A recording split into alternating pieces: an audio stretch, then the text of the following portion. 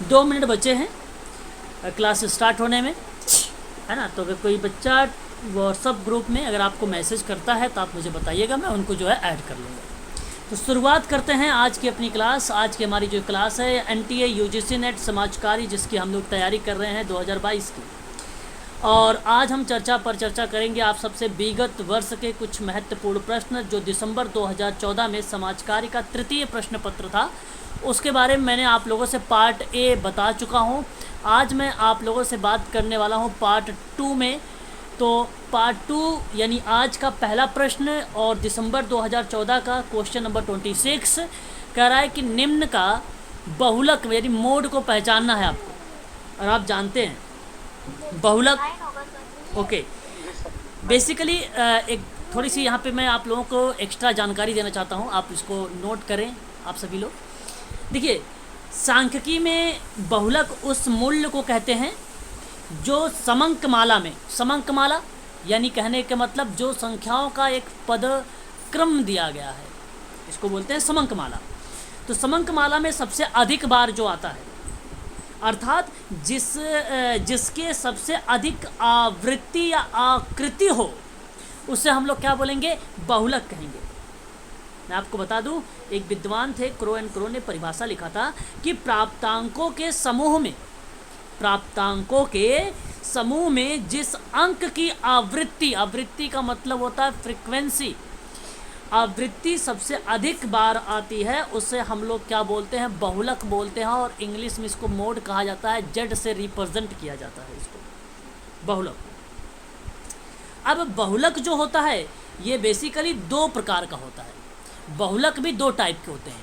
अगर हम मोड की बात करें तो एक आपका होता है अशुद्ध मोड और एक आपका होता है शुद्ध मोड। अब समझने की कोशिश करिए, अशुद्ध मोड क्या होता है।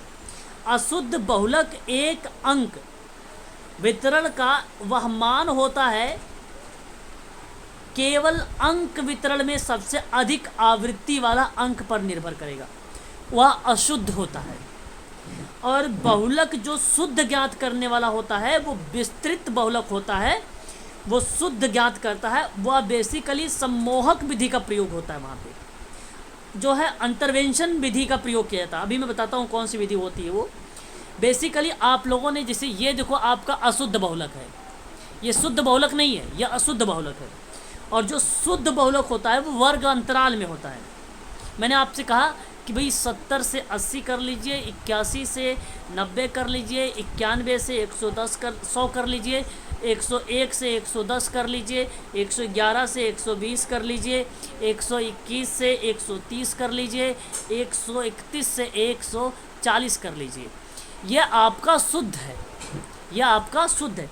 इसकी फ्रीक्वेंसी दी होती है, जैसे 2 दे देगा, यहाँ पे 5 दे देगा, यहाँ पे 8 दे देगा, यहाँ पे 12 दे देगा, यहाँ पे अगर हम बात करें 6 दे देगा, यहाँ पर आपका क्या हो जाएगा 4 हो जाएगा, यहाँ पर आपके 5 हो जाएगा।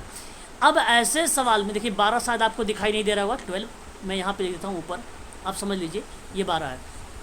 तो ऐसे कंडीशन पे अगर ऐसे प्रश्नों को आप बहुलक निकालने का तरीका जब निकालते हैं तो जो सबसे बड़ी संख्या इसमें होती है मिड में, हम उसी को रिप्रेजेंट करते हैं F1 से। इसको F कहा जाता है या F1 कह लीजिए, आप सीधा सीधा F बोलिए बस। और जो इसके ऊपर की संख्या होती है इसको F1 कह लीजिए, और जो इसकी नीचे की संख्या होगी उसको F2 कह लीजिए। तो बेसिकली जब हम Z को ज्ञात करते हैं तो हमारा F जो बताता है वो बहुलक वर्गांतर की आवृत्ति बताता है। ये आपको क्या बता रहा है, ये आपको बता रहा है बहुलक वर्गांतर के जो है एक आवृत्ति बता रही है। और जो है F1 है आपका, ये आपको क्या बता रहा है, ये बहुलक वर्गांतर से ठीक पूर्व वाले वर्गांतर की आवृत्ति बता रहा है, 8 पूर्व वाला। और यहाँ पे अगर हम बात करते हैं F2 के बारे में तो ये आपको क्या बता रहा है, बहुलक वर्गांतर के ठीक बाद का वर्गांतर बता रहा है जिसकी आवृत्ति 6 दी गई है। तो इस तरीके से हम यहाँ पर प्रश्नों को सॉल्व करने की कोशिश करते हैं। तो ये आपका शुद्ध होता है। यहाँ पे प्रश्न अशुद्ध का था, तो बहुलक उसी को कहा जाता है जो मैंने अभी आपको बताया है। इस चीज़ को ध्यान रखिएगा कि जिसके सबसे अधिक आवृत्ति होती है उसे बहुलक कहते हैं। यहाँ पर ऑप्शन ए करेक्ट रहेगा, यानी 9 सबसे अधिक बार आया है। आप देख लीजिए 1 2 3 4 बार 9 आया है, तो इसलिए सबसे अधिक बार है, इसलिए आपका ऑप्शन जो है पहला सही रहेगा। ठीक है। बात करते हैं हम लोग, अभी आप लोगों ने इससे बहुत अच्छे तरीके से रूबरू होंगे क्वेश्चन नंबर 27 के बारे में। क्लियर हो रहा है सभी को? ठीक है, क्वेश्चन नंबर 20, ठीक है, क्वेश्चन नंबर 27 की बात करते हैं। मैंने आपको अंतर्वेदीय विचार से जुड़ा हुआ बताया। देखिए यहाँ पे अगर हम बात करें आप लोगों से, अंतर्वेदी बेसिकली ये एकाग्रता ह्रास अति क्रियाशील विकार को बताता है, जिसको आप लोगों को मैंने इसी स्लाइड में कल के प्रश्नों में चर्चा पर चर्चा ADHD के बारे में किया था। ठीक है, तो वह एक प्रकार का अंतर्वेदीय विचार से जुड़ा होता है। कहने का मतलब कि उभयनिष्ठ बचपन के विकारों में से एक है ये ADHD, जो किशोरावस्था और वयस्कता के माध्यम से जारी रह सकता है। यहाँ लक्षणों में ध्यान केंद्रित रहना और ध्यान देने में कठिनाई महसूस होने लगती है, तो वहाँ हम लोग नाम देते हैं ADHD का। यही बात आपको बताऊँ मैं कि व्यवहार को नियंत्रित करने में इनको कठिनाई होगी, अति सक्रियता इनके अंदर बनी रहेगी, यानी अति गतिविधि आप कह सकते हो। अति सक्रियता और संवेग ADHD का प्रमुख व्यवहार है, काफ़ी ज़्यादा इम्पोर्टेंट ये लाइन है। अति सक्रियता और संवेग जो है ADHD का एक प्रमुख लक्षण के रूप में आप कह लीजिए, या प्रमुख व्यवहार के रूप में आप कह लीजिए, या आपका हमेशा हो सकता है। यहाँ पर इस बार 2022 में आप लोगों से ये प्रश्न पूछा जा सकता है, क्योंकि हमेशा ADHD से प्रश्न एक जरूर बनाया जाता है। इसको आप ध्यान रखिएगा, काफ़ी इम्पोर्टेंट लाइन थी ये। और अधिक नीचे गिरने, गलती से अधिक चीज़ों पर टिप करना और अन्य बच्चों की तुलना में खराब चालाक कौशल शामिल करना, यानी एक प्रकार के असामाजिक बिहेवियर करना, ये बेसिकली इसके अंतर्गत शामिल किया गया है। अब आप सोच रहे हैं कि अगर ADHD का बालक अगर आपको मिल जाए तो इसका उपचार कैसे करेंगे आप लोग। इसको मैं बता देता हूँ, आप लोग इसको ध्यान रखिएगा। ADHD का जो बच्चा होगा उसको आप बेसिकली क्रियात्मक अनुबंधन सिद्धांत के आधार पे आपको जो है क्लास का मैनेजमेंट में परिवर्तन को शामिल करेंगे। जैसे इनके लिए डार्क रूम होता है, एक डार्क रूम की व्यवस्था करेंगे, और डार्क रूम में विभिन्न प्रकार की लाइट होगी, एक हल्की सी म्यूज़िक होती है। ऐसे बच्चों को ऐसे रूम में ले जाइए, देखिए ADHD जो है यहाँ पे धीरे धीरे वो कम होना शुरू हो जाएगा आपका। ये एक डार्क रूम है। दूसरी अगर हम बात करें एक उपचार के लिए, सोशल वर्कर ये भी कर सकता है कि बच्चों के व्यवहार की निगरानी जो है घर पर भी करे। और बच्चों की निगरानी घर पे मतलब यहाँ पे सोशल वर्कर नहीं करेगा, आप उनके पेरेंट्स को काउंसलिंग करेंगे, वो बताएंगे, वो निगरानी करेंगे, फिर आपको वो जो है बताएंगे आके, ठीक है, क्या क्या घर पे किया था उसने। और विद्यालय में आप, या विद्यालय में अगर आप हैं, या तो उसका जो टीचर है, क्लास टीचर है, उसको जो है बताएगा। फिर अगर हम बात करें यहाँ पे, तो आप ध्यान रखिएगा व्यवहार करने के लिए जो है एक प्रकार से प्रबलित भी करता है उसको। एक प्रकार से अगर हम बात करें पॉजिटिव बिहेवियर, किसकी बिहेवियर की बात करेगा? पॉजिटिव बिहेवियर की बात करेगा। इस चीज़ को आप लोग जो है ध्यान रखेंगे। दूसरी बात अगर हम करें, ऐसे बच्चों को जब डार्क रूम में आप ले जाएंगे तो उसकी जो प्रॉब्लमेटिक बिहेवियर होती है ना, वो धीरे धीरे क्या हो जाएगी, कम हो जाएगी। क्लियर हो रहा है? बताइए। तो यहाँ पे आप सभी लोग लगाने की कोशिश करिएगा, attention deficit hyper activity disorder is the right answer. Option number A correct माना जाएगा आपको, ठीक है। इस चीज़ को आप सभी लोग ध्यान रखिएगा। तो ये एग्ज़ाम में काफ़ी बार प्रश्न पूछा गया प्रश्न है, जो आप लोगों से पूछा जा सकता है 2022 के एग्ज़ाम में भी, ठीक है। देखिए, ठीक है, शकुंतला देवी जी, आप जो है क्लास में मैं 15 मिनट पहले लिंक आप लोगों को प्रोवाइड करा देता हूँ, तो इसलिए क्लास में आप सभी लोग जो है 15 मिनट पहले ज्वाइन कर लिया करें, है ना। बाद में दिक्कतें होती हैं आप लोगों को ऐड करने में, अगर आप ऐड नहीं हो पाते तो आपको ही यहाँ पे प्रॉब्लम देखने को मिल सकती है ना, इसलिए आप ध्यान रखिएगा। चलिए आगे बढ़ते हैं, नेक्स्ट क्वेश्चन पर चर्चा हम लोग करेंगे। और यहाँ पे अगला प्रश्न हमारे सामने ये रहा, कहता है कि कौन सा अन्वेषणात्मक अध्ययन का शोध नहीं है, जरा बताइए। नए भाव को उत्पन्न करना या समस्याओं के पहचान को बढ़ाता है। तीसरा कहता है कि अध्ययन करने की संभावना की पहचान कराता है। ऑप्शन डी कहता है कि घटनाओं की पहचान कराता है। क्या कहना उचित समझेंगे आप लोग, जरा मुझे बताएं। समस्याओं के बारे में, ये ऑप्शन सी लग रहा है। यहाँ पे सी भी लग रहा है।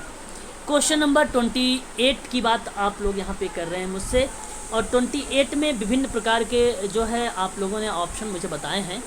तो देखिए, जो अन्वेषणात्मक अध्ययन, अच्छा यहाँ तो सबसे पहली बात तो जानना आप सबके लिए ये ज़रूरी है कि अन्वेषणात्मक अध्ययन किसे कहते हैं?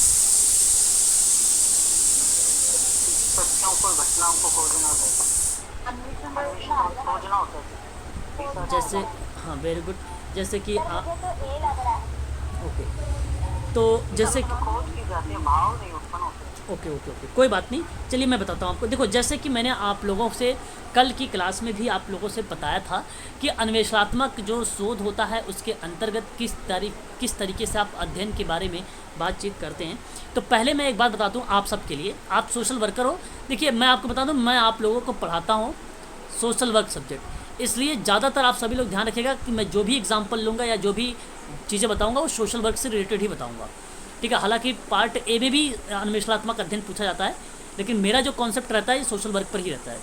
तो मैं आपको बता दूं कि शोधकर्ता यानी सामाजिक कार्यकर्ता किसी सामाजिक घटना के पीछे छिपे कारणों को ढूंढकर निकालना चाहता है ताकि किसी समस्या के सैद्धांतिक और व्यवहारिक पक्ष के संबंध में पर्याप्त ज्ञान प्राप्त हो सके।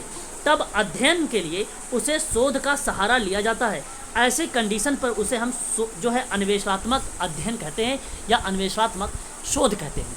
तो घटनाओं के बारे में मैंने बोल दिया, सामाजिक घटना के पीछे छिपे कारण को।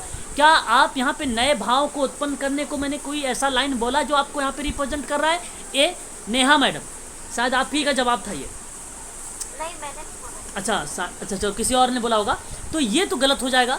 समस्याओं के पहचान को बढ़ावा देना, मैंने आपसे क्या बोला? मैंने कहा कि सामाजिक घटना के पीछे कारणों को ढूंढ कर निकालना है ताकि किसी समस्या के सैद्धांतिक और व्यवहारिक पक्षों के संबंध में पर्याप्त ज्ञान प्राप्त हो सके, तब हम उसका अध्ययन करते हैं। तो मैं आपसे ये कहूँगा कि समस्याओं की पहचान को बढ़ाता जाए, नहीं, ये तो है ही नहीं। वहाँ मनोसामाजिक अध्ययन होता है, ना कि अन्वेषणात्मक सामाजिक अध्ययन होता है। वो मनोसामाजिक अध्ययन होता है। ये गलत है आपका, ये भी गलत है आपका। अध्ययन करने की संभावना की पहचान करना, देख बिल्कुल गलत जवाब यहाँ पे। घटनाओं की पहचान करने की बात कराता है, ऑप्शन नंबर डी सही था। यहाँ पर डी सही था भाई। इस शोध किसी समस्या के संबंध में प्राथमिक जानकारी प्राप्त करने के कल्पना का निर्माण करता है, अध्ययन की रूपरेखा तैयार करता है। ये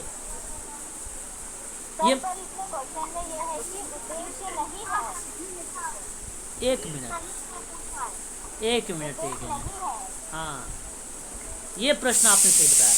अच्छा, आप मुझे ये बताइए जरा, पहले यहाँ पे आपको बता दूँ, इसके जो है एक प्रश्न पूछा, अन्वेषणात्मक उद्देश्य नहीं है नए भाव को उत्पन्न करना, तो फिर यही हो जाएगा सर, ए वाला। नहीं सर, ए ही तो होगा, फिर तो ए होगा ना। बाकी सब तो देखो सर, समस्याओं की पहचान भी होती है, देखो घटनाओं की पहचान कराता है, क्योंकि तीनों हो जाते हैं। ये तो होता है। आपका अध्ययन कराने की संभावना की पहचान भी कराना। क्या बेटा? पेन चाहिए, बुलाना उनको, उनसे ले लो, उनसे बोलो, ये वाला है ना, ये पास में जाओ उनके। ओके,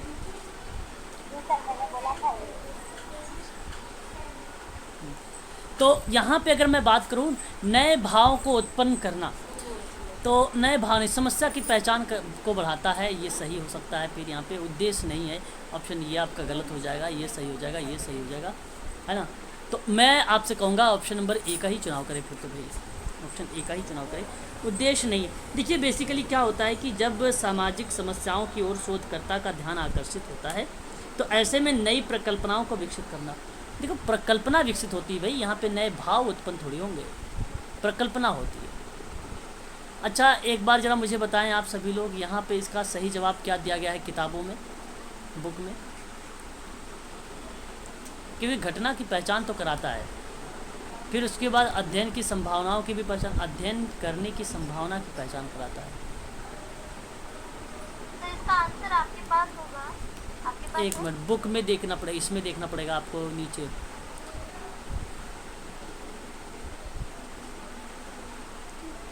एकाध प्रश्न हो जाता है कभी कभी, दिक्कतें। आप लोग रखते नहीं हो क्या बुक वगैरह साथ में?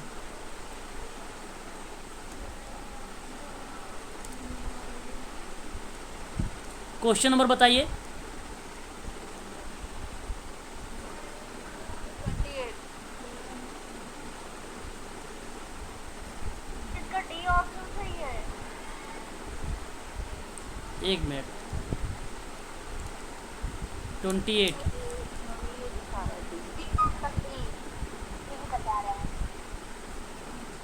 डी बता। प्रश्न फिर नहीं होगा। लेकिन यह आयोग ने निकाला है भाई, आयोग के आंसर की है।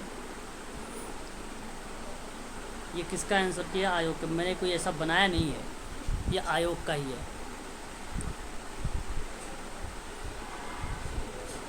सर उसमें 27 में भी डी दिखा रहा था आंसर, अभी आपने ये करवाया है 27 का। 27 का मैंने ए करवाया है। सर मैं बोलने वाली थी उसमें, क्योंकि ये जो अंतर्वेदी विचार होते हैं ना, वो एक तरह की घबराहट, बेचैनी, इस तरह के विचार होते हैं जो कि बाध्यता को, मनोग्रसितता को रिप्रेजेंट करता है। तो मुझे डी लग रहा था पर कंफर्म नहीं थी मैं। 1 मिनट यार, है तो गलत हो रहा है, 1 मिनट।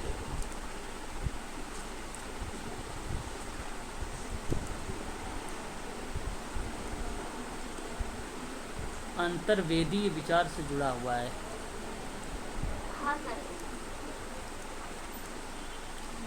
अच्छा, अवेशिव जो है ऑब्सेसिव कंपल्सिव डिसऑर्डर होता है ये। सर डिसऑर्डर में विचार की कोई बात नहीं होती है ना? डिसऑर्डर तो सभी है मैडम। नहीं, ये हाइपर एक्टिव की बात कर रहे हैं। जो अच्छा, ऑब्सेसिव कंपल्सिव है ना, लास्ट वाला, हाइपर एक्टिव तो वो हो जाएगा ना, मतलब ज़्यादा ही एग्रेसिव या ज़्यादा कंफ्यूज। क्रिएटिव, हाँ वो हाइपर एक्टिव होता है सर, उसमें विचारों की बात नहीं होती है। ओके। और ये डी वाला जो है ऑब्सेसिव कंपल्सिव ना, इसमें ये जो अंतर्वेदी विचार होते हैं ना, वो एक तरह की बेचैनी अंदर जो उत्पन्न होते हैं नेगेटिव, उनको रिप्रेजेंट करता है। तो ये ऑब्सेसिव कंपल्सिव हो जाता है सर, ये बाध्यता, मनोग्रसितता। अच्छा अच्छा। एंजाइटी होता है वैसा करता है। हाँ हाँ, चिंता, घबराहट, बेचैनी।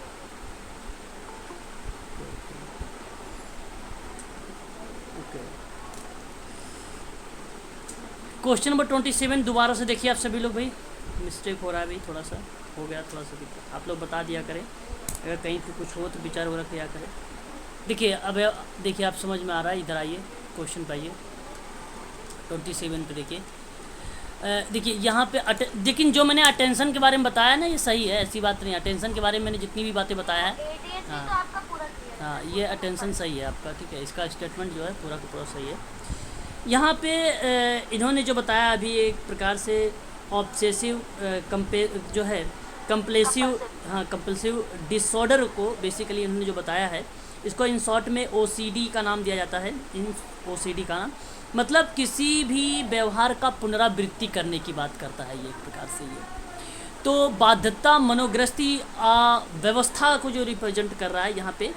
उदाहरण के लिए अगर मैं बात करूँ कि यदि हमारे मन में यह विचार आता है कि हमारे हाथ गंदे हैं, तो हम ना चाहते हुए भी घबरा कर अपने हाथों को बार बार धोते रहते हैं, और यह प्रक्रिया दोबारा फिर से रिपीट होने लगती है। तो बार बार हाथ धोना एक प्रकार का जो है कंपल्सन होता है वो, तो जिससे मरीज को थोड़ी देर के लिए अच्छा महसूस होता है, और इस तरह की क्रिया को ही हम लोग कंपल्सन भी कहते हैं। तो जो OCD है, ये मरीज को दिन प्रतिदिन बढ़ते जा रहे होते हैं, और इसका सही वक्त पर इलाज ना कराया जाए तो ये खतरनाक भी साबित हो जाता है। तो बेसिकली चिंता और तनाव के कारण व्यक्ति का मानसिक संतुलन बिगड़ने लगता है इसमें। तो यहाँ पे जो कंडीशन बनती है जो है ऑब्सेक्शन का अत्यधिक बढ़ जाना, जैसे पीड़ित व्यक्ति साफ सफाई के प्रति, तो OCD के पीड़ित व्यक्ति को ऐसा महसूस होने लगता है कि अगर वो कूड़ादान के पास से चले जाएंगे तो उनके ऊपर जर्म अटैक कर देंगे और उनको नहाना पड़ेगा, ऐसा उनको एक फील होने लगता है। कुछ लोग स्टेशन या कहीं बाहर के टॉयलेट का प्रयोग नहीं करते हैं, तो वो बहुत गंदा होगा। उन्हें जो है हर समय यही लगता है कि कहीं उनका कपड़ा गंदा ना हो जाए। ऐसी एक प्रकार का विचार को हम लोग अंतर्वेदीय विचार के अंतर्गत रखते हैं। और यह एक प्रकार से जो आपने अभी बताया है मैडम कि बेचैनी, डर, चिंता पैदा होता है, वो बेसिकली आपका मनोग्रसित बाध्यता विकार का एक प्रकार से रिप्रेजेंट करता है, एंजाइटी को रिप्रेजेंट करता है। ऑप्शन नंबर आपका यहाँ पर डी सही होगा, ये डी सही दिया है। UGC ने डी को सही जवाब दिया है, ठीक है। हमने शायद पूरा ऑप्शन इस पर ध्यान नहीं दिया था, तो ये आपका सही हो जाएगा। परंतु अगर हम क्वेश्चन नंबर 28 की बात कर लेते हैं, तो 28 अन्वेषणात्मक अध्ययन की बात किया तो आयोग ने घटनाओं की पहचान कराता है माना है। मेरे हिसाब से इसको मानना चाहिए था ए वाले ऑप्शन को, क्योंकि घटना की पहचान ना बल्कि वो प्रकल्पना की बात करता है, तो इसलिए ये नहीं है प्रकल्पना की, क्योंकि वो भाव को उत्पन्न नहीं, वो प्रकल्पना की बात करता है। आपका अन्वेषणात्मक शोध जो होता है, ठीक है, वो उसको रिप्रेजेंट करता है। जब वो एक्सप्लोर करता है ना चीज़ों को, हाँ, तो इसलिए विज्ञान की सीमाओं का विस्तार जो है उसके क्षेत्र में विकसित करना, ये इसके संबंध में होता है। तो अनुभव सर्वेक्षण होता है इसमें, साहित्य समीक्षा भी इसी में होता है, सही सूचना प्रदाताओं का चुनाव भी होता है, उपयुक्त प्रश्न पूछना भी होता है, अंतर्दृष्टि प्रेरक घटनाओं का विश्लेषण करना भी इसी के अंतर्गत आता है। तो मेरे हिसाब से यहाँ पे होना चाहिए था जो है ए को, इसने ऑप्शन में जो है डी को माना है, घटनाओं का सही पहचान। तो चलिए हम लोग इसी को भी मानते हैं कि अन्वेषणात्मक अध्ययन का शोध नहीं है, वो बेसिकली घटनाओं की पहचान कराता है, ये शोध उसका उद्देश्य नहीं है। बस ऑप्शन नंबर डी आपका यहाँ पे करेक्ट माना है ये आयोग ने, ठीक है। चलिए आगे बढ़ते हैं, नेक्स्ट प्रश्न पर लेते हैं। अगला प्रश्न हमारे सामने ये है कि राष्ट्रीय महिला कोष को इस नाम से भी जाना जाता है। ये ऑप्शन सर। ये सब हाँ, क्वेश्चन नंबर 29 का यहाँ पे national credit and for women के नाम से जाना जाता है। 1933 हाँ, 1993 1933 नहीं, महिलाओं के राष्ट्रीय क्रेडिट फंड की बात कर रहा है ना। 1993 या 92 का ऐसे 93 का है ये, 1933 नहीं है सर इसका। नहीं 1993 सर, 93 सर। नहीं, वो जो भी है। हाँ 39 बोला था ना अभी, इसलिए बोला। 93 आपका करेक्ट जवाब होगा। राष्ट्रीय महिला कोष की स्थापना जी मार्च सर। 1993 में हुआ था। 1993 में हुआ था। एक स्वायत्त निकाय ये है, इसकी रजिस्ट्रेशन जो किया गया था सोसाइटी पंजीकरण अधिनियम के तहत 1860 के अकॉर्डिंग किया गया था। मैं आपको बता दूं कि आप सभी लोग इसको करेक्ट कर लीजिए, 1993 करेक्ट जवाब है। 1993, 1933 मत लगा दीजिएगा वरना गलत हो जाएगा आप सभी लोगों का। यह आपका करेक्ट जवाब है 1993। ऑप्शन नंबर आपका पहला करेक्ट माना जाएगा, ठीक है, करेक्ट माना जाएगा ये वाला ऑप्शन। क्लियर हुआ सर? बताइए एक बार। जी जी। हाँ, इसको आप नोट कर लीजिएगा, काफ़ी इंपॉर्टेंट सवाल है ये आप सबके लिए। आगे बढ़िए, क्वेश्चन नंबर नेक्स्ट बात करेंगे, किसके द्वारा धारणीय विकास व्यक्तिगत कल्याण की पुष्टि कराता है? किसके द्वारा? क्वेश्चन नंबर 30 है आपके सामने। तो हाँ, बिल्कुल। तो सतत विकास 2015 से 2030 तक का है। आप सब लोग अच्छे से जानते हैं, इससे रूबरू हैं। यह संयुक्त राष्ट्र महासभा UNDP है ना, जो 2015 में पूरी दुनिया के लिए 2030 तक के विकास में एक प्रस्ताव को पारित किया था, और जिसमें विकास के कुल टोटल 17 लक्ष्यों को जोड़ा गया, सस्टेनेबल डेवलपमेंट का नाम दिया गया।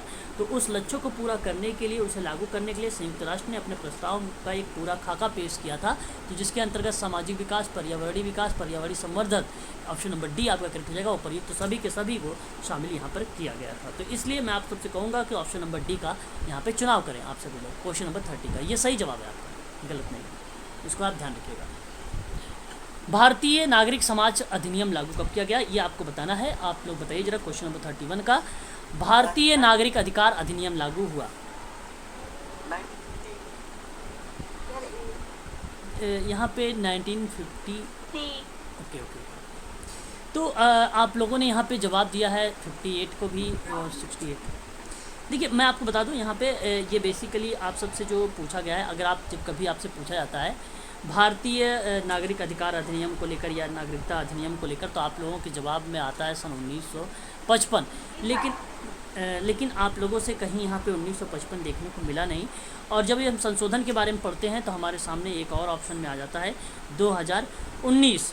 तो यहाँ पे प्रश्न में हम अगर देख रहे हैं तो भारतीय कानून नागरिकता अधिनियम 1955, जिसे संशोधन किया गया 1986 में भी, और फिर उसके बाद नागरिकता अधिनियम संशोधन किया गया 1992 में भी, और फिर उसके बाद नागरिकता अधिनियम संशोधन किया गया 2003 में भी, फिर उसके बाद संशोधन किया गया 7 जनवरी 2004 को जो है भारत के राष्ट्रपति द्वारा इसके स्वीकृति का प्रदान किया था, उसको रिप्रेजेंट किया गया। तो यहाँ पे अगर हम बात करें भारतीय नागरिक अधिकार अधिनियम जो लागू हुआ है, उसका सही जवाब यहाँ पर जो आने वाला है वो 1968 सही जवाब आने वाला है। 1968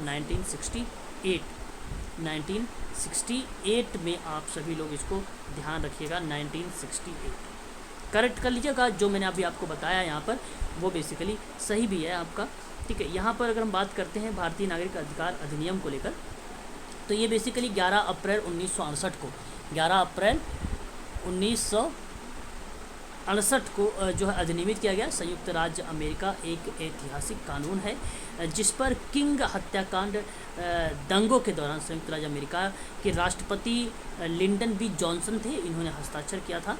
और हिंसा या धमकी के लिए कृत्यों और अन्य उद्देश्यों के लिए दंड निर्धारित करने के लिए एक अधिनियम बनाया गया था। तो भारतीय नागरिक अधिनियम इसके उपनाम है। भारतीय अधिकार विधेयक के नाम से भी जाना जाता है, फेयर हाउसिंग एक्ट के नाम से भी जाना जाता है यही अधिनियम, आवास अधिकार अधिनियम के नाम से भी जाना जाता है इसे, ओपन हाउसिंग एक्ट के नाम से भी जाना जाता है इसे, दंगा विरोधी अधिनियम के नाम से भी इसे जाना जाता है, संघीय दंगा विरोधी अधिनियम के नाम से जाना जाता है, रैप ब्राउन एक्ट के नाम से भी जाना जाता है, रैप ब्राउन लॉ के नाम से भी जाना जाता है, नागरिक आज्ञाकारिता अधिनियम के नाम से भी जाना जाता है, स्टोकली करमाइकल एक्ट के नाम से भी इसे जाना जाता है। और ये प्रभावी में आया था 11 अप्रैल 1968 को। याद रखिएगा, काफ़ी इम्पोर्टेंट ये सवाल है। 17 जनवरी 1967 को 17 जनवरी 1967 को ये बेसिकली क्या हुआ, ये संसद में इसको पेश किया गया था और न्यायपालिका द्वारा इसको एक समिति पर विचार भी किया गया। और सदन में जब ये पारित हुआ, सदन में जब पारित हुआ तो वह दिन था 16 अगस्त 1967। सदन में ये कहाँ था, याद रखिएगा, सदन में इसको पारित किया गया था। और पेश सदन में कब हुआ, 17 जनवरी 1967 को। और ये सीनेट पारित, हालांकि हम लोग इसी का नाम जानते हैं सीनेट के नाम से, और यही सीनेट जो है एग्ज़ाम में प्रश्न पूछा गया था 1968 है। ये सीनेट जो है ये 11 अप्रैल 1968 को संशोधन के साथ इसको जो है पारित कर दिया गया था। संशोधन का जो सहमति अगर लागू करने की बात करते हैं तो 10 अप्रैल 1968 को ये बता देता है। और राष्ट्रपति कब मंजूरी दे देता है, हस्ताक्षर कर देता है, 11 अप्रैल 1968। ये बात आप लोग ध्यान रखिएगा सभी लोग, ये आप सबके लिए इम्पोर्टेंट था। आगे बढ़ेंगे, नेक्स्ट क्वेश्चन लेंगे आप सभी लोग। यहाँ पे गलत जोड़े देखना है आपको। गलत जोड़ा कौन सा आपके सामने यहाँ पर देख रहा है, क्वेश्चन नंबर 32 में। देखिए, युग्मत अवधि जो होती है आप लोगों को मालूम होना चाहिए। युग्मत अवधि किसे कहेंगे?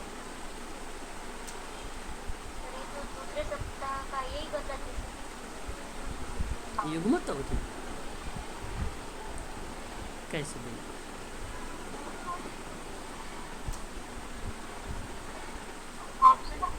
पीरियड ऑफ जाइगोट को बोला जाए। पीरियड ऑफ जाइगोट जो होता है वो बेसिकली यह आपका जो है गलत जोड़ा को चुनना है आपको। में ये सही जोड़ा है, ये सही जोड़ा है। ये बेसिकली पीरियड ऑफ जाइगोट है जो प्री नेटल पीरियड के अंतर्गत होता है।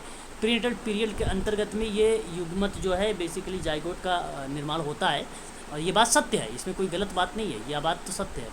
भ्रूण की जो अवधि होती है, जो भ्रूण की अवधि होती है बेसिकली इसको हम लोग क्या बोलते हैं, इसको क्या बोलते हैं हम लोग, पीरियड ऑफ एम्ब्रो, है ना। तो ये basically fertilization of second week का होता है।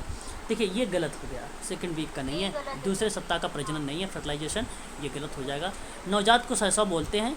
और परचुनेट, ये बेसिकली स्टील कटिंग की बात करता है, यानी एक प्रकार का जो है अबल नाल का कटना अभिशेष है, वो बेसिकली किसके अंतर्गत आता है, याद रखिएगा पर्चनेट के अकॉर्डिंग आता है, इसलिए आपका ये भी सही रहेगा। ऑप्शन आपका बी यहाँ पर गलत जवाब होगा। ये बेसिकली वृद्धि और विकास के अंतर्गत मैंने आप लोगों से चर्चा किया भी था जब वहाँ पर काटना अभिशेष है। हाँ ये लास्ट नहीं, तीसरा मंथ नहीं है ये। परचुनेट कौन सा मंथ के अंतर्गत में आता है? सर ये कोई मंथ नहीं आता, लास्ट सेमेस्टर। ये तो मतलब ये तो बच्चे के जन्म के बाद की बात है ना। हाँ, लास्ट सेमेस्टर की जो एक्टिविटी होती है उसके बाद में जब जन्म होता है तो वहाँ पे नाभि नाल वाला कटने वाली प्रक्रिया जो परचुनेट होता है वो वाला, ये तो आपको पता है दशा अवस्था में।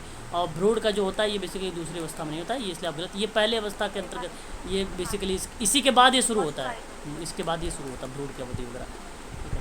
तो यहाँ पर सही जवाब ऑप्शन नंबर आपका बी करेक्ट रहेगा, बी वाला। बी गलत था इसलिए हमने गलत को चुन लिया।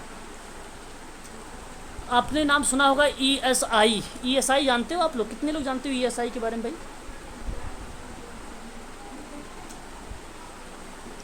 ESI कितने लोग जानते हो?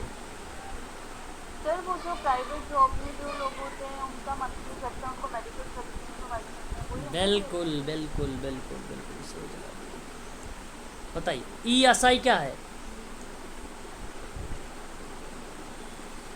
कर्मचारी राज्य बीमा निगम है भाई, कहाँ से कहाँ जा रहे हो आप लोग।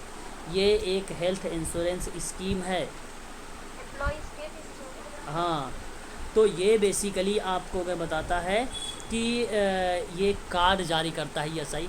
कितने लोगों का ईएसआई और पीएफ कटता है, कोई है इसमें से जिनका ईएसआई और पीएफ कटता हो, जॉब कर रहे हो, ईएसआई भी कट रहा हो, पीएफ भी कट रहा हो, कट रहा है। तो आपकी जो फैमिली होगा सभी लोगों का आपने एक फ़ोटो खिंचवाया होगा, और जितने बच्चों का उस कार्ड पर फ़ोटो होगा, ठीक है, उन बच्चों का जो है बेसिकली क्या होगा, उनका ही ट्रीटमेंट यहाँ पर होगा मुफ्त में। अच्छा, इसका मुफ्त नहीं है ये बेसिकली आपका सैलरी से यहाँ से पैसे ये काटता है, ये पैसे काटता है आपसे। आई थिंक 8 पॉइंट कुछ % है जो सैलरी से आपसे पैसे काटता है, कुछ % काटता है ये, है ना। कितना है पता है आपको, मैं इसलिए स्किप कर रहा मेरे माइंड से, मुझे पता था ये, मेरे इसमें नहीं स्किप कर रहा है मेरे माइंड में।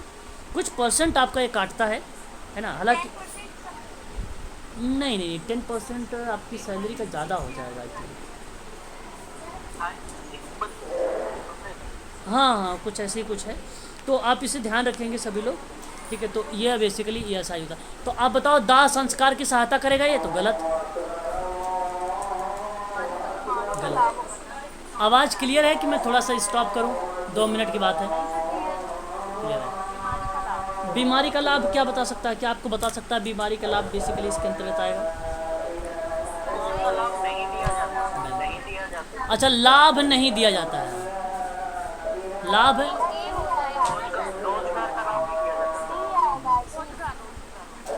देखो लेकिन दाह संस्कार की सहायता करेगा क्या, ऐसे तो ये देखो, ये तो है, ये है।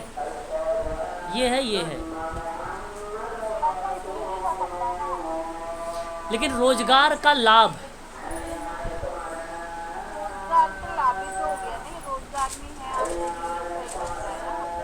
ये तो मेडिकल है, तो इसलिए रोजगार तो लाभ नहीं होगा। बीसीडी तो सर होगा ना सर। तो यहाँ पे दाह संस्कार भी नहीं होगा भाई। किसी ने बोला मेरे से डी ऑप्शन, मैं इस बात को कहूँ नहीं दिया जाता है तो एक ही कोई होगा ना। ईएसआई तो है ना, रोजगार का लाभ तो नहीं दिया जाता ना, तो मेडिकल कॉस्ट हो जाता है, तो उसका रोजगार कहाँ से होगा। वो प्राइवेट में काम करता है तभी तो वहाँ से जो भी है उसकी प्राइवेट कंपनी वो उसका काट के फंड ईएसआई में भेजती है। नहीं, मैं आपसे मेडिकल से रिलेटेड है सर। अगर किसी की कोई बॉडी की वहाँ पे डेथ हो जाती है तो सर उसको कहाँ करेंगे, वो दाह संस्कार के लिए आगे भेजेंगे सर, अपने पास पूरी रखेंगे। तो यहाँ पे सही जवाब क्या होना चाहिए। सर रोजगार का लाभ सर, क्योंकि रोजगार प्राइवेट में काम करता है, रोजगार तो उसको वहाँ पे मिला ही हुआ है, उसी का रोजगार का लाभ ही तो ये ऐसा ही है ना। तो सही जवाब ऑप्शन नंबर डी। सर एक बार क्रॉस चेक कर लो। चेक कर लिया हमने, डी आया है, ऑप्शन डी सही है। लेकिन दाह संस्कार आई थिंक ये आपने जो एक स्टेटमेंट बोला है कि अगर मान लीजिए कोई एक्सपायर वगैरह कर जाता है ना, आई थिंक इसी को एक्सपायर कर सकता है, तो वो बेसिकली जाहिर सी बात है उसके बारे में वहाँ पे जो पूरी रिपोर्ट वगैरह बनाना या सारी चीज़ें उसकी पूरा देख रेख तक, पूरी कंडीशन या फैमिली तक की देख रेख तक की शायद ईएसआई की ही जिम्मेदारी पूरी की पूरी होती है इसमें, है ना। तो मेरे हिसाब से यहाँ पर आप इसको शामिल कर लीजिए। रोज़गार तो देखो नहीं होगा, ये बात तो तय है कि रोज़गार तो तय था कि नहीं होगा, ठीक है। यही दो यूजीसी में 2 ऑप्शन ऐसे लगेंगे आपको ना कि इनमें से 2 में से कोई एक होगा, और यही हम लोग गलती कर जाते हैं, है ना, 2 ही ऑप्शन में। और यहाँ पे ठीक वैसे ही प्रश्न मिला था 23 का, जो है 33 का 2 ऑप्शन नंबर डी का सही चुनाव करिएगा, ठीक है। 34 बताते हैं, औद्योगिक विवाद अधिनियम 1947 के अकॉर्डिंग जो बताया गया है, साधन विवाद निपटाने का साधन बताया गया है, ठीक है। समझौता है, अधिनिर्णय है, विवाचन भी है, ये सारा पढ़ा चुका हूँ। प्रश्न करना नहीं होगा, यही सही जवाब है ऑप्शन नंबर डी। तो क्वेश्चन नंबर 34 का ऑप्शन नंबर डी करेक्ट जवाब।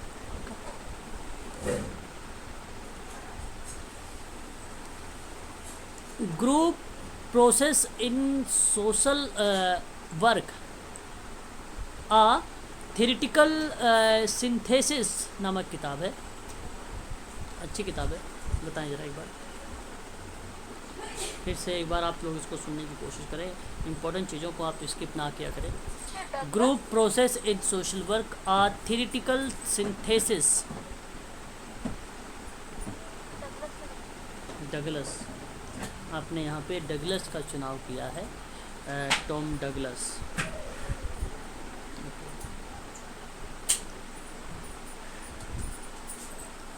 और भी कोई लोग हैं जो अपने विचारों को रिप्रेजेंट करने की कोशिश करेंगे? करेक्ट जवाब टॉम डगलस 1979 में, 1979 में। ट्रैकर के बारे में, social group work principal and practice के बारे में बात करता है। विलियम रीड किसके बारे में बात करता है? टास्क सेंट्रल्ड में।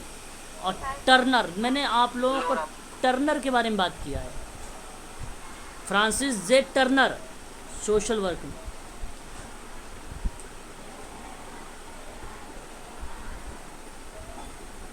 बात किया कि नहीं बात किया टर्नर के बारे में? सोशल वर्क, हाँ, सोशल वर्क ट्रीटमेंट के बारे में, थ्योरेटिकल अप्रोचेस के बारे में इसकी भूमिका हमें देखने को मिलती है। ठीक है, तो बेसिकली जो फर्स्ट सोशल वर्क ट्रीटमेंट में अगर कोई बात करता है, पॉपुलेशन यानी पॉपुलर, लोकप्रिय, ठीक है, लोकप्रिय थ्योरी के रूप में जो समाज कार्य के विद्यार्थियों को लेकर चर्चा किया था, तो उसके आधार पर एक पार्टिसिपेटनर के लेकर, सक्रिय भागीदारी को लेकर फ्रांसिस टर्नर ने सन 1974 में ये किताब लिखा था, social work treatment interlocking theoretical approach. फिर से बोल देता हूँ, सोशल वर्क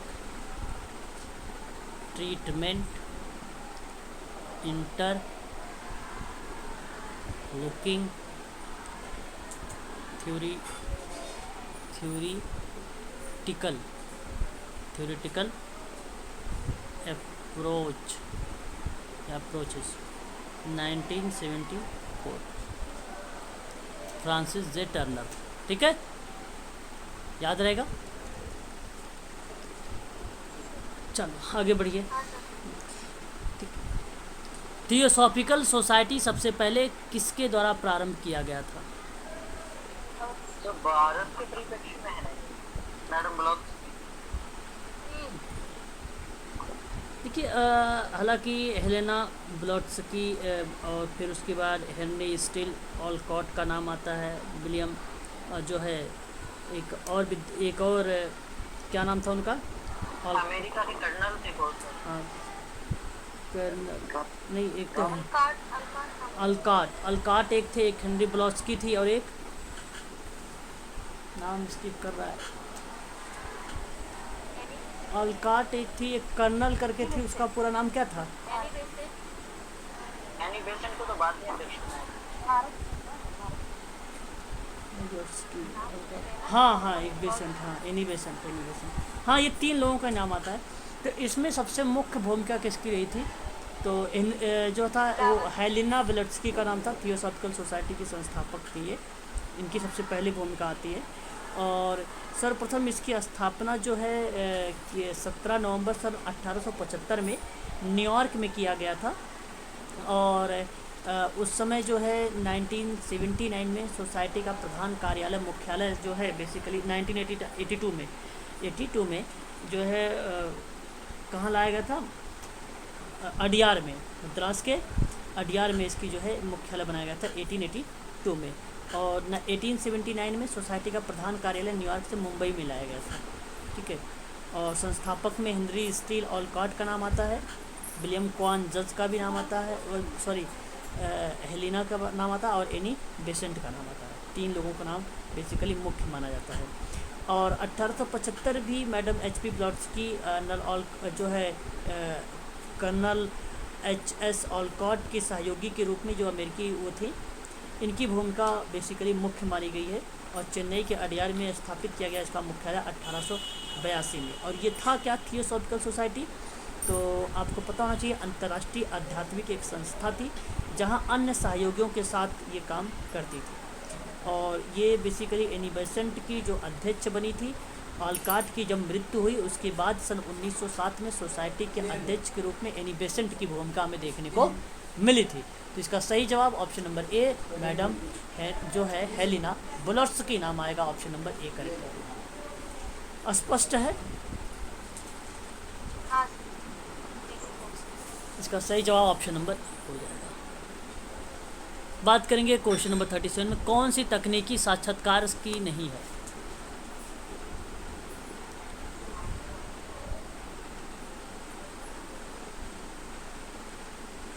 इंग्लिश देख ले थोड़ा सा एक बार। हाँ सर, अभी ट्रांसलेट देखिए, which is not technique of interviewing, exploring है, फिर ये जो है इंटिमिटेड, ये जो है इंटिमिटेडिंग है, और टॉपिकल शिफ्ट है, और जनरलाइजेशन भी है। जनरलाइजेशन नहीं लग रहा है सर। जनरलाइजेशन भी है। क्वेश्चन नंबर 37 जो आपको बता, अच्छा किसी को ये देखो समझने की कोशिश करिए, जनरलाइजेशन सामान्यीकरण होता है बेसिकली, ये तो आप सबको पता भी होना चाहिए। और जो इंटिमिटेटिंग जो लिखा हुआ है, इसका मतलब क्या होगा? अगर कोई बताता है इससे, इंटिमिडेटिंग का मतलब सर एक तरह से अंतरण करना, डराना। नहीं डराना। डराना, हाँ, एक प्रकार का डराना। तो ये आपका जो है, ये आपका इंटरमीडिएट जो है, ये आपका नहीं होगा, ये टेक्निक नहीं है, ये आपकी, हाँ, टेक्निक नहीं है। इसलिए मैं आप सबसे कहूँगा कि ऑप्शन नंबर आप इसी का चयन करें, आप इसी का चयन करें, ठीक है। धमकी भरा या अभित्रास की या डराने वाला, है ना, डराने वाला, तो ये बेसिकली आपका नहीं है। बाकी यहाँ पे जो एक्सप्लोरिंग भी है वो भी है, टिपिकल शिफ्ट भी है, और जनरलाइजेशन भी एक प्रकार की टेक्निक होती है, सामान्यीकरण की टेक्निक होती है मैडम, ठीक है। तो ये साक्षात्कार की टेक्निक नहीं है, अभित्रास। ऑप्शन नंबर आपका बी करेक्ट माना जाएगा, डराना आपकी टेक्निक नहीं है, ऑप्शन नंबर बी। इंग्लैंड में 1905 में निर्धन कानून आयोग के अध्यक्ष कौन थे? होगा शीर्षक से बदलना। क्या चीज़ मैम?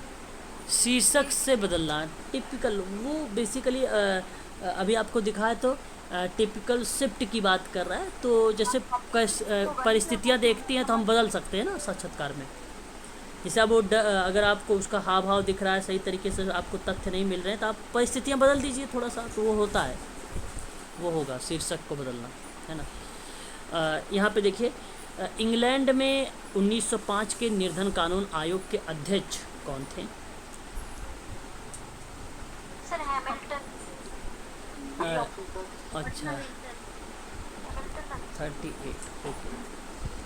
यहाँ पे अगर हम बात करते हैं गार्टन हैमिल्टन की बात जो आपने बोला है यहाँ पर, ये आप सबके जो है करेक्ट जवाब हो जाएंगे 1905 के दौरान में, है ना। 1905 के दौरान की बात मैं कर रहा हूँ आप सबसे, ठीक है। तो इंग्लैंड के 1905 के निर्धन कानून आयोग के जो अध्यक्ष थे वो थे गार्टन हैमिल्टन थे। हालांकि अगर हम बात करते हैं सन 1899 से लेकर 1905 तक के दौर में, 1905 तक के दौर में लॉर्ड कर्जन ने लॉर्ड एंगल्स के कार्यालय के उपरांत में पदभार को जो है ग्रहण किया था। तो कर्जन वर्ष है, ये ब्रिटिश भारत के वायसराय थे इसके दौर पे। तो उसी समय की बात मैं कर रहा हूँ, और उस समय जो है बेसिकली भारत के संदर्भ में अगर हम बात करें, सभ्यता मिशन के प्रति आश्वस्त दिलाने की बात इसमें हुई थी। और कर्जन ने अपने पूर्ववर्तियों के शासकों के विपरीत उत्तर पश्चिम में ब्रिटिश कब्जे वाले के क्षेत्रों का एकीकरण किया था, शक्ति और सुरक्षा की नीति को अनुसरण भी किया था। और उसी समय में निर्धन कानून आयोग जो है इंग्लैंड में आया था 1905 में, और उसके अध्यक्ष थे गार्टन हैमिल्टन। गार्टन हैमिल्टन, ऑप्शन नंबर आपका सही रहेगा, सी वाला। सोशल वर्क ट्रीटमेंट, ध्यान से सुनिएगा आप सभी लोग, ये भी प्रश्न अच्छा है आप सबके लिए, है ना। Social work treatment interlocking theoretical approach, क्या कहेंगे?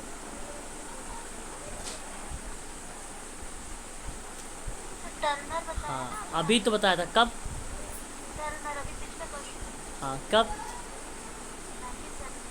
97 सॉरी 74। 74 हाँ 74, सही है भाई, क्लियर हो गया ना, बहुत बढ़िया है। एच पार्लियामेंट के अकॉर्डिंग यहाँ पे जो है कौन सा समाज कार्य नैदानिक प्रकार नहीं है? बहुत बढ़िया सवाल।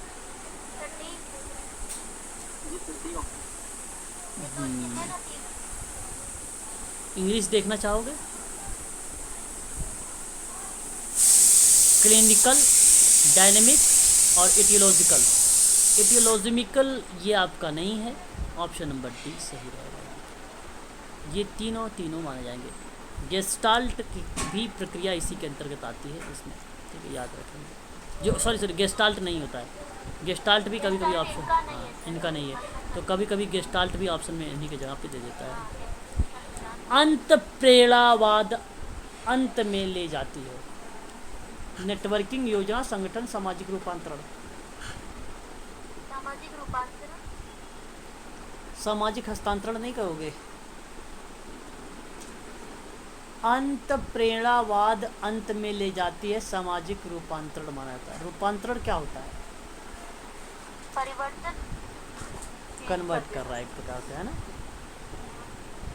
ट्रांसफॉर्मिंग, ठीक, या ट्रांसफॉर्मेशन भी कह सकते हो।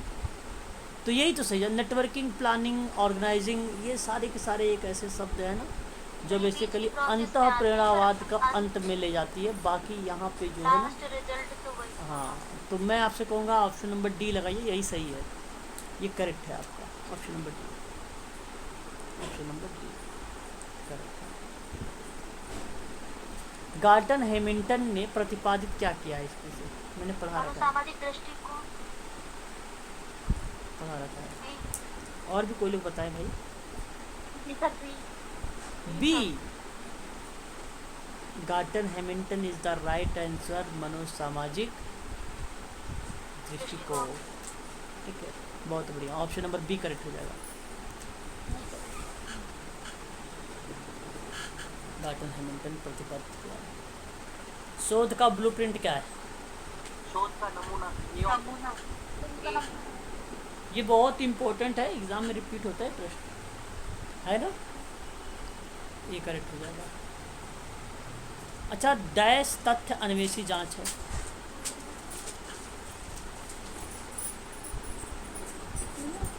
सर 42 का सी है।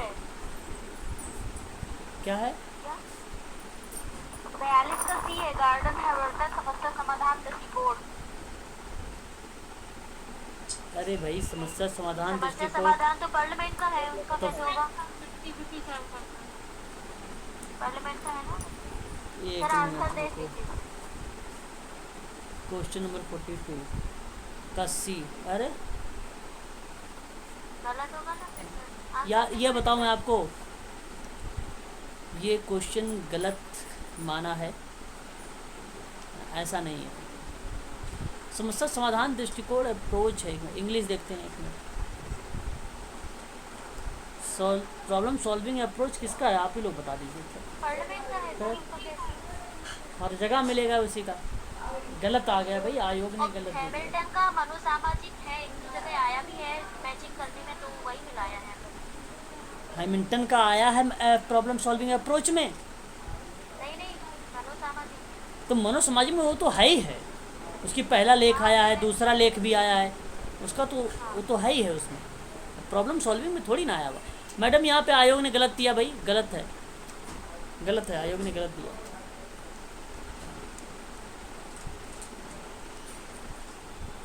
आप देख लो, कहीं गूगल वगैरह कर लो, किताब में भी देख लो, आपको मिलेगा, केवल यही मिलेगा हर जगह। चलो 44 बताइए। सर ये जो शोध का ब्लूप्रिंट क्वेश्चन था ना, कहीं आंसर शोध का मतलब रिसर्च डिजाइन रहता है, कभी नमूना होता है, तो अलग क्यों होते हैं? एक मिनट, ब्लूप्रिंट उसमें नहीं है, रिसर्च डिजाइन तो नहीं दिया ऑप्शन में, तो नमूना ही होगा, बट कई जगह उसका रिसर्च डिजाइन को ही ब्लूप्रिंट मानते हैं। तो डिज़ाइन होगा तो नमूना नहीं होगा, डिज़ाइन से ही नमूना है, विकल्प से तो नमूना है।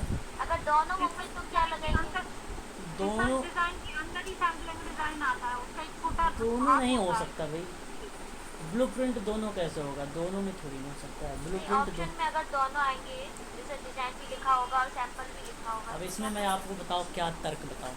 इसमें सिर्फ इतना कह सकता हूँ कि आप प्राथमिकता दीजिए तो दोनों को दीजिए, या तो क्वेश्चन में स्टार लगेगा, सभी को कॉमन नंबर मिलेगा, यही हो सकता है इसमें, क्योंकि दोनों ऑप्शन सही है अपने आप में। वास्तविक ब्लूप्रिंट दोनों है, डिज़ाइन भी है और ये भी है, डिज़ाइन से ही सैंपल बनेंगे, ठीक है, तो दोनों सही हैं। वैसे मैं ये नहीं कहूँगा कि आप प्राथमिकता नमूना को ही दें, डिज़ाइन को ही दे, है ना। दोनों स्टेटमेंट सही है और दोनों का मीनिंग एक ही है, ऐसी बात नहीं, दोनों अलग अलग तरफ नहीं जाते हैं, दोनों एक ही तरफ जाते हैं। शब्दों का हेर फेर है बस। अच्छा ये देखो ना 44 में बार बार इसी को ला रहा हूँ, बार बार भाग जा रहा है। डैश तथ्य अन्वेषी जांच क्या बताइए? समवेशी जांच है, हस्तक्षेपी अध्ययन है, क्रिया शोध है कि वर्णनात्मक अध्ययन? क्या समझोगे सर इसका? हस्तक्षेपी अध्ययन होना देखिए हस्तक्षेपी अध्ययन नहीं होना चाहिए, हस्तक्षेपी प्रकार का इंटरवेंशन करती है ना, इंटरवेंशन करती है। तो फिर क्रिया शोध, तो फिर क्रिया शोध हस्तक्षेपी अध्ययन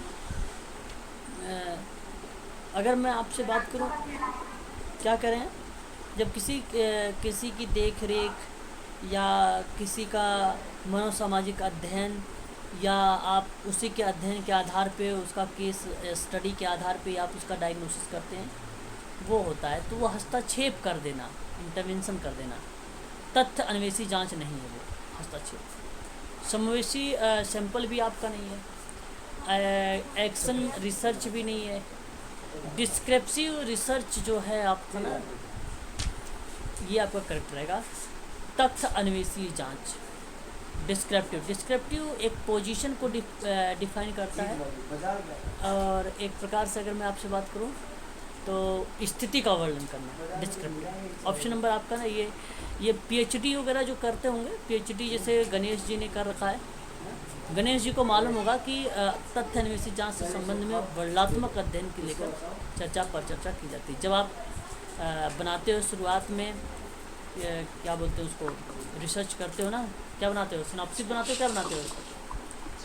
हाँ, वो स्थितियों का वर्णन, हाँ स्थितियों का वर्णन करते हो, तो वो बेसिकली तथ्य जांच कहलाती है। हाँ बस वही कंडीशन यहाँ पे बताता है, वर्णनात्मक अध्ययन वही प्रक्रिया वहीं पे संचालित होती है। ऑप्शन नंबर डी 44 का करेक्ट माना जाएगा, इसी को आप सही मानिए। बाकी समावेशी भी आपका सही नहीं है, ना ही क्रिया तो बिल्कुल सही नहीं हुआ, वो तो एक्शन से संबंधित है, जब क्रिया आप कर रहे हो तब, क्योंकि तथ्यों की जांच क्रिया करते समय नहीं होती है, जब आप स्थितियों का वर्णन करते तब होती है ना, तब होता है डिस्क्रिप्टिव। वह कारक जो दूसरे कारकों से प्रभावित होता है,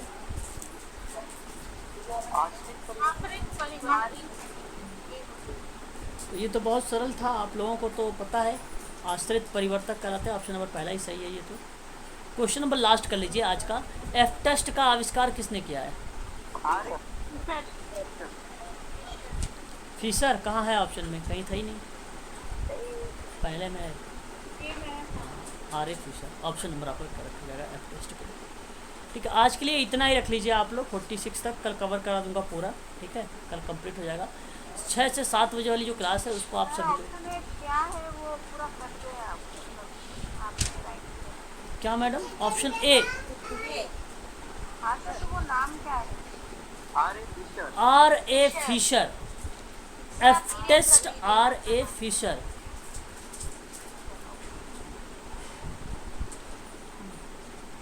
फिशर है, फिशर महोदय बहुत फेमस है, रोनाल्ड फिशर। चलो आज के लिए इतना ही।